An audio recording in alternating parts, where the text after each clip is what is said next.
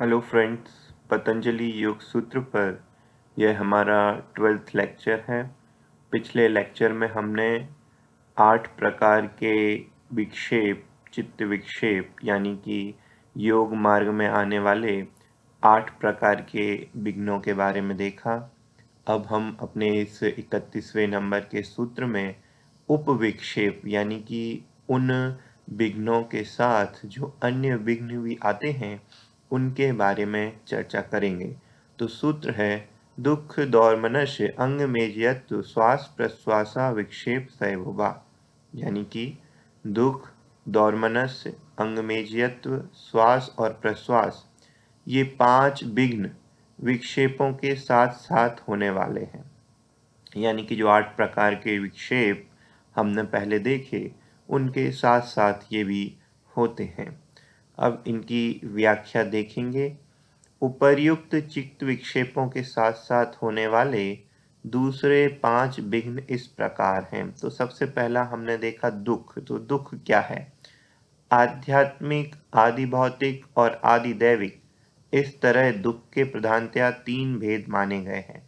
यानी मुख्य रूप से 3 भेद दुख के किए गए हैं। पहला है आध्यात्मिक। तो देखते हैं क्या है। काम क्रोध आदि के कारण, व्याधि आदि के कारण या इंद्रियों में किसी प्रकार की विकलता होने के कारण। तो जो आध्यात्मिक दुख पहला है उसके 3 कारण हो सकते हैं, यहाँ बताए हैं। सबसे मुख्य कारण तो है काम क्रोध मान माया लोभ आदि के कारण। फिर दूसरा है व्याधि आदि के कारण, शरीर में किसी प्रकार का रोग आ गया हो या इंद्रियों में किसी प्रकार की विकलता, यानी इंद्रियों में किसी प्रकार का कुछ दोष आ गया हो, तो उसके कारण जो मन, इंद्रिय या शरीर में ताप या पीड़ा होती है।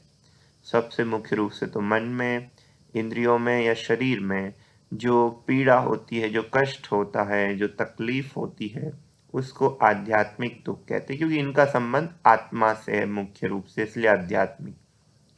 फिर दूसरे मनुष्य, पशु पक्षी, सिंह, व्याघ्र, मच्छर और अन्यान्य जीवों के कारण होने वाली पीड़ा का नाम आदि भौतिक दुख है। तो ये दूसरे प्रकार का आदि भौतिक, जो कि अन्य मनुष्यों के कारण या पशु पक्षी या किसी प्रकार के वायरस, बैक्टीरिया, इनके कारण जो होते हैं वो है आदि भौतिक।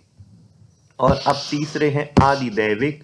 तो उनके बारे में देखेंगे। सर्दी, गर्मी, वर्षा, भूकंप आदि दैवी घटना, यानी कि जो भी प्राकृतिक घटनाएं हैं, सर्दी, गर्मी, तूफान, भूकंप आदि, उनसे होने वाली जो पीड़ा है वो आदि दैविक दुख है। तो सबसे पहला आध्यात्मिक है, जिसका संबंध मुख्य रूप से मन से है, जिनका मुख्य कारण है काम क्रोध आदि विकार। फिर दूसरे हैं आदि भौतिक, यानी कि जो अन्य मनुष्यों या पशु आदि के कारण होते हैं। और फिर तीसरे हैं ये आदि दैविक, जो कि कोई प्राकृतिक आपदाओं के कारण या परिवर्तनों के कारण होते हैं। तो यह तो हुई दुख की बात। दूसरा है दौर्मनस्य। तो क्या है? इच्छा की पूर्ति ना होने पर जो मन में क्षोभ होता है उसे दौर्मनस्य कहते हैं। अब वो इच्छा दोनों प्रकार की हो सकती है, सांसारिक इच्छा हो या फिर योग मार्ग में कुछ अभीष्ट लक्ष्य को प्राप्त करने की इच्छा हो, और जब वो पूरी ना हो तो मन में कष्ट, उदासी और क्षोभ होता है, उसे दौर्मनस्य कहते हैं। तीसरा है अंगमेजयत्व, शरीर के अंगों में कंप होना, यानी कि शरीर के अंगों में कंपन होना, उनमें स्थिरता ना होना, वो अंगमेजयत्व है। और जब योग साधना करने को बैठेगा और शरीर स्थिर नहीं होगा तो चित्त भी एकाग्र ना हो सकेगा और योग मार्ग के लक्ष्य को प्राप्त ना कर सकेगा। फिर चौथा है यहाँ पर श्वास। तो बिना इच्छा के बाहर की वायु का भीतर प्रवेश कर जाना, अर्थात बाहरी कुंभक में विघ्न हो जाना, श्वास है। तो सबसे पहले समझते हैं कुंभक क्या है। तो कुंभक कहते हैं प्राणायाम को, और ये 2 प्रकार के होते हैं, बाहरी और भीतरी। बाहरी कुंभक में श्वास को बाहर छोड़कर बाहरी रोक दिया जाता है, और जो भीतरी कुंभक है वहाँ श्वास को अंदर लेके अंदर रोक दिया जाता है।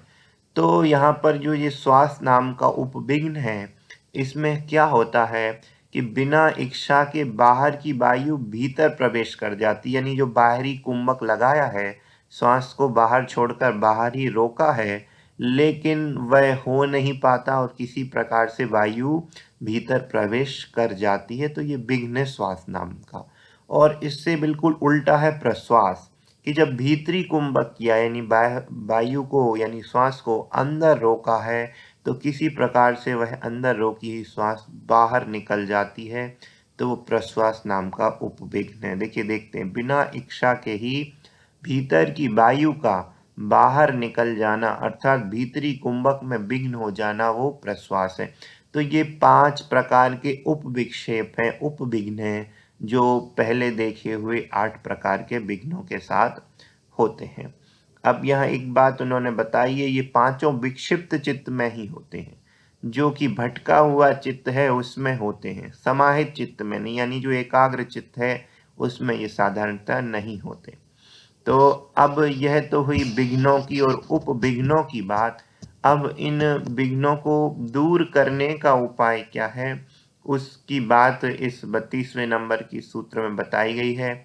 और सूत्र है, तत्प्रतिषेधार्थ में का तत्वभ्यासा, यानी कि उनको दूर करने के लिए, किनको, कि विघ्नों और उपविघ्नों को दूर करने के लिए एक तत्व का अभ्यास करना चाहिए।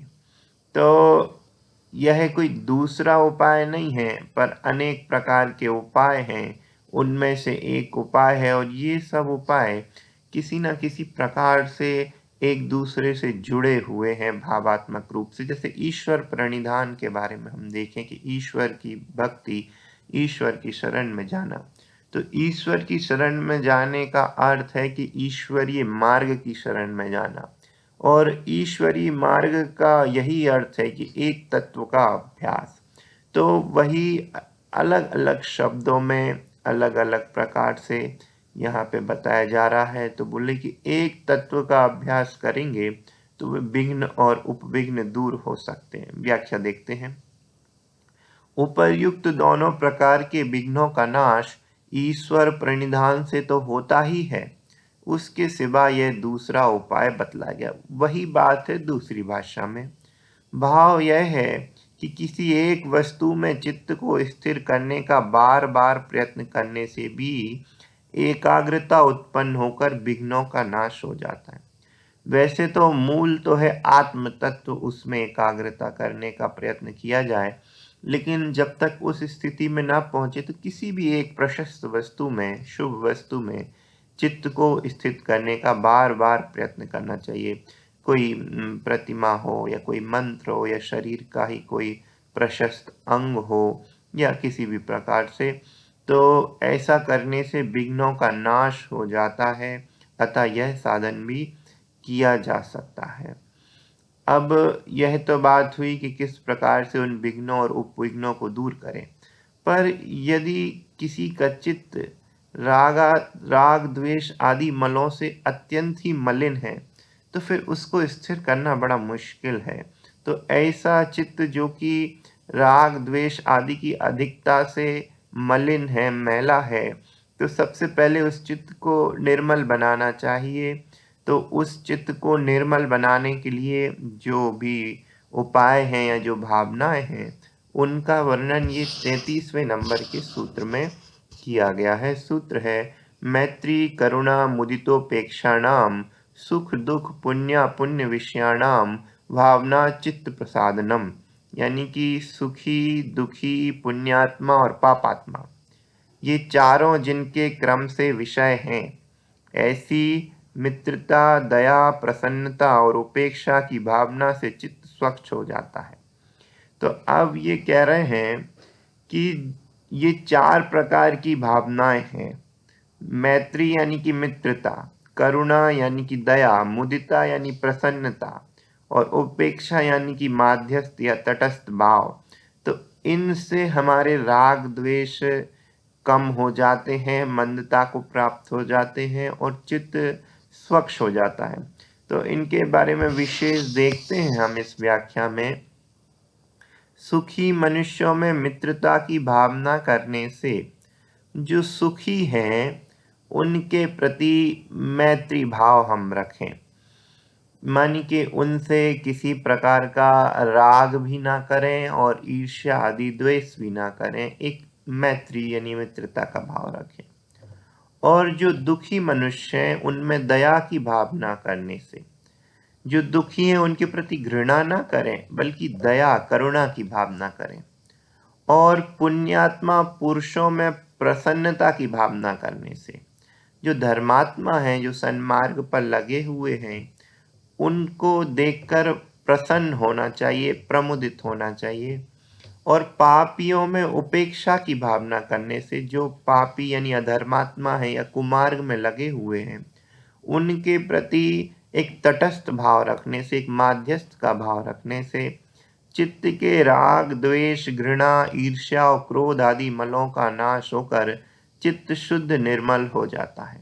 तो ये विकार नष्ट हो जाते हैं चित्त से और चित्त शुद्ध निर्मल हो जाता है।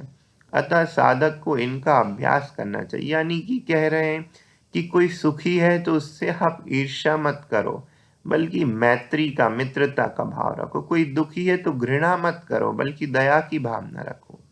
और कोई सन्मार्ग पे है तो उससे जलो मत, बल्कि प्रसन्न हो कि ये व्यक्ति सन्मार्ग पे है। और कोई पाप मार्ग पे है, कुमार्ग मार्ग पे है तो क्रोधित मत हो, बल्कि उसको इग्नोर करो, तटस्थ भाव रखो, एक माध्यस्थ भाव रखो, एक उपेक्षा रखो। तो इस प्रकार से जब अभ्यास किया जाता है इन चार भावनाओं का, तो राग द्वेष घृणा ईर्ष्या क्रोध आदि जो भी विकार हैं चित्त के, वो नष्ट हो जाते हैं और चित्त शुद्ध और निर्मल हो जाता है। अब यहाँ पर यह तो हुई कि एक प्रकार से चित्त के स्तर पे या आत्मा के स्तर पे या मानसिक स्तर पे विकारों को दूर करने के उपाय। अब एक उपाय यह भी है शारीरिक अभ्यास, क्योंकि शरीर और आत्मा के बीच एक निमित्त नैमित्तिक संबंध है। तो कुछ प्रकार के शारीरिक अभ्यास हैं जिनके माध्यम से भी चित्त को काफी कुछ निर्मल बनाया जा सकता है, यानी एकाग्र बनाया जा सकता है। तो उनके बारे में चर्चा हम अपने अगले लेक्चर में करेंगे।